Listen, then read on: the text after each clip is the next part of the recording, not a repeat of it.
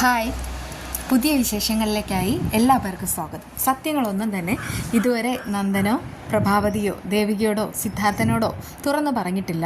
ഒരു തെറ്റിദ്ധാരണയുടെ പുറത്ത് തന്നെയാണ് നന്ദൻ ഇപ്പോഴും ജീവിക്കുന്നത്. ദേവികയോട് കാര്യങ്ങളെല്ലാം തുറന്നു പറഞ്ഞിരുന്നെങ്കിൽ ദേവികയ്ക്ക് നന്ദനെ പലതവണ രക്ഷിക്കാൻ കഴിയുമായിരുന്നു. തെറ്റിൽ നിന്ന് തെറ്റിലേക്കാണ് നന്ദൻ്റെ ജീവിതം. ഇപ്പോൾ തന്നെ നന്ദൻ എല്ലാവരെയും പേടിച്ചിട്ട്, പ്രത്യേകിച്ച് പോലീസിൻ്റെ കയ്യിൽ നിന്ന് രക്ഷപ്പെടാൻ വേണ്ടിയിട്ട് ഇസബല്ലയുടെ കയ്യിലേക്ക് ചാടിക്കൊടുക്കുകയാണ്. എന്നാൽ അവർ താമസിക്കാൻ പോകുന്ന സ്ഥലത്ത് സിദ്ധാർത്ഥനെ അറിയാവുന്നവർ അവിടെ ഉണ്ട് താനും. അവിടെ പോയിട്ടാണ് റൂം എടുക്കുന്നത്. ആ സമയത്ത് അയാളാണെങ്കിൽ അറിയിക്കേണ്ടവരെല്ലാം അറിയിക്കുന്നുമുണ്ട്. പലതവണയായിട്ട് സിദ്ധാർത്ഥൻ പ്രഭാവതിയോട് ചോദിക്കുന്നൊരു ചോദ്യമുണ്ട്: സത്യത്തിൽ നിങ്ങൾ എന്തൊക്കെയാണ് മറയ്ക്കുന്നത്? നിനക്കും നിന്റെ മകനും മാത്രം അറിയാവുന്ന എന്തോ ഒരു കാര്യമുണ്ട്. അത് നീ പറഞ്ഞിരുന്നെങ്കിൽ ദേവിക ഇങ്ങനെ ഇരുളിലാവില്ലായിരുന്നു. മിക്കവാറും ദേവികയുടെ MLA സ്ഥാനം തന്നെ തെറിക്കും. അങ്ങനെയാണെങ്കിൽ അതിനെല്ലാം ഉത്തരവാദി നമ്മുടെ മകനായിരിക്കും. അവനിപ്പോൾ നമ്മുടെ മുന്നിലാണെങ്കിലും അവൻ പലപ്പോഴായിട്ട് പല കാര്യങ്ങളും ഹൈഡ് ചെയ്യുന്നുമുണ്ട്.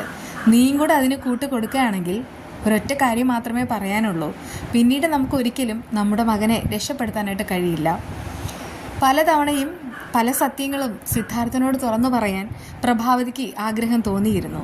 പക്ഷേ ഈ ഒരു സത്യം പുറത്തു വരുന്നതോടുകൂടെ എപ്പോഴും നന്മയുടെ കൂടെ നിൽക്കുന്ന ദേവിക ഉറപ്പായിട്ടും ഇവിടെ ഋഷി കൊലപാതക കേസിൽ നന്ദനെ കുരുക്കാനായിരിക്കും ശ്രമിക്കുക എന്നൊക്കെയുള്ള കാര്യങ്ങൾ ഇങ്ങനെ പ്രഭാവതി തെറ്റിദ്ധരിക്കുകയാണ്. പക്ഷേ സിദ്ധാർത്ഥനെ ഒന്ന് ചോദിച്ചാൽ പ്രഭാവതിക്ക് പറയാതിരിക്കാനും കഴിയില്ല. ഇനി ഇങ്ങനെ വിട്ടാൽ ശരിയാവത്തില്ല. കാരണം ഇത്രയും വലിയൊരു രഹസ്യം പേറിയാണ് താനും തൻ്റെ മകനും ജീവിക്കുന്നത്. പക്ഷേ ഇപ്പോൾ തന്നെ നന്ദൻ കാര്യങ്ങൾ കൂടുതൽ കുഴപ്പത്തിലാക്കിക്കൊണ്ടിരിക്കുക. അതുകൊണ്ട് സിദ്ധാർത്ഥനോട് തുറന്നു പറയാം എന്ന് വിചാരിച്ചിട്ട് പ്രഭാവതി കാര്യങ്ങളെല്ലാം തന്നെ സിദ്ധാർത്ഥനെ തെളിവ് സഹിതം അറിയിക്കുകയാണ്. ഇത് കേട്ടിട്ട് സിദ്ധാർത്ഥന് ഭയങ്കരമായിട്ട് ഷോക്കാവുന്നു. എന്നിട്ട് ചോദിക്കുന്നുണ്ട്: ഋഷിയുടെ കൊലപാതകം ആസൂത്രിതമായിരുന്നു? പ്രഭാവതി പറയുന്നുണ്ട്: ഒരിക്കലുമില്ല, അത് അവന് പറ്റിയൊരു അബദ്ധമാണ്. സത്യം പറഞ്ഞാൽ ആ ഇസബല്ലയും പിന്നെ ആ കെവിനും കൂടെ നന്ദനെ രക്ഷപ്പെടുത്താനാണ് ശ്രമിക്കുന്നത്. നമ്മളാണെങ്കിൽ നമ്മുടെ മകനെ ഒരിക്കലും ഒറ്റിക്കൊടുക്കാൻ പാടില്ല. അതുകൊണ്ട് തന്നെ സിദ്ധു ഈ ഒരു രഹസ്യം ദേവികയോട് പറയാനും പാടില്ല. സിദ്ധാർത്ഥൻ പറയുന്നുണ്ട്: അവിടെയാണ് നിനക്ക് തെറ്റിയത്.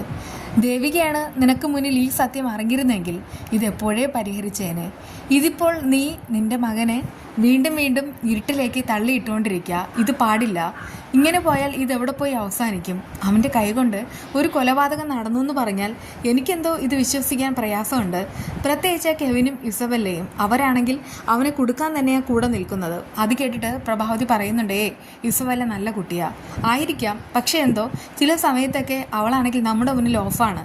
പല കാര്യങ്ങളും അവളാണെങ്കിൽ നമ്മുടെ മുന്നിൽ നിന്ന് ഹൈഡ് ചെയ്യുന്നുമുണ്ട്. ഉദ്ദേശം എന്താണെന്ന് അറിയത്തുമില്ല. ഇത്രയും വർഷങ്ങൾക്ക് ശേഷം അവൾ വീണ്ടും നന്ദനെ തേടി ഇങ്ങോട്ട് വരണമെന്നുണ്ടെങ്കിൽ അതിൻ്റെ പിന്നിൽ എന്തോ ഒരു ഗൂഢോദ്ദേശമുണ്ട് എന്ന് തന്നെ എനിക്ക് നിന്നോട് പറയാനുള്ളത്. എന്തായാലും ഈ ഒരു രഹസ്യം ഒരിക്കലും അരുന്ധതി അറിയാനായിട്ട് പാടില്ല. അപ്പോഴേക്കും പ്രഭാവതി താൻ അരുന്ധതിയുടെ വീട്ടിൽ പോയ കാര്യങ്ങളെല്ലാം സിദ്ധാർത്ഥനോട് പറയുന്നുമുണ്ട്. സിദ്ധാർത്ഥൻ പറയാണ്: ഇപ്പോൾ വലിയൊരു രഹസ്യം പേറി നിൽക്കുന്നത് നീ മാത്രമല്ല, ഞാനും കൂടെയാണ്. നമ്മളൊക്കെ ആരാ? നന്ദൻ്റെ രക്ഷകർത്താക്കൾ. നമുക്കാണെങ്കിൽ നന്ദനെ രക്ഷപ്പെടുത്താൻ പറ്റും. പക്ഷേ അവൻ എപ്പോഴും എൻ്റെ കൺമുന്നിൽ തന്നെ വേണം. അല്ല, ഞാനൊരു കാര്യം ചോദിക്കട്ടെ, ഇത്രയും വലിയൊരു കൊലപാതകം നടന്നിട്ടുണ്ടെങ്കിൽ എന്തുകൊണ്ട് ഇതുവരെ പോലീസ് അതിൻ്റെ പിന്നിൽ പോയിട്ടില്ല? അത് കേട്ട് പ്രഭാവതി പറയുന്നുണ്ട്: അതിന് ഒറ്റ ഉത്തരം മാത്രമേ ബാക്കിയുള്ളൂ. ആ ഇസബല്ലയുടെ പാപ്പനില്ലേ, ആ DYSP, അദ്ദേഹമാണ് നന്ദുവിൻ്റെ കൂടെ ഇപ്പോഴുള്ളത്. അത് കേട്ട് സിദ്ധാർത്ഥൻ പറയുന്നുണ്ട്: എന്തോ എനിക്കിത് അങ്ങോട്ട് ഉൾക്കൊള്ളാനായിട്ട് കഴിയുന്നില്ല. അപകടം മണക്കുന്നുണ്ട് പ്രഭ. ഇപ്പോൾ നമ്മൾ നന്ദുവിനെ രക്ഷപ്പെടുത്താനല്ല ശ്രമിക്കുന്നത്, വീണ്ടും വീണ്ടും അവനെ അപകടത്തിലേക്ക് തള്ളിയിടാനാണ് നോക്കണേ. അതുകൊണ്ട് തന്നെ ഞാൻ പറയാണ്, ദേവിക ഇക്കാര്യം അറിയണം. ഇതിൻ്റെ പിന്നിലുള്ള വാസ്തവം എന്താണെന്ന് അറിഞ്ഞേ പറ്റൂ. പ്രഭാവതിക്ക് ഇതിട്ട് ഭയങ്കരമായിട്ട് പേടിയാവുന്നു. പക്ഷേ സിദ്ധാർത്ഥൻ സത്യങ്ങളെല്ലാം അറിഞ്ഞ സ്ഥിതിക്ക് സിദ്ധാർത്ഥൻ തന്നെ മുള്ളിനെ മുള്ളുകൊണ്ടെടുക്കും എന്ന് പറയുന്നത് പോലെ ഈ ഒരു പ്രശ്നവും നന്നായിട്ട് തന്നെ പരിഹരിക്കും. ആ വിശേഷങ്ങളാണ് ഇനി വരാനായിട്ട് പോകുന്നത്. ഈ റിവ്യൂ ഇഷ്ടമായെങ്കിൽ ചാനലൊന്ന് മറക്കാതെ സബ്സ്ക്രൈബ് ചെയ്യുക. വീണ്ടും കാണാം. ബൈ.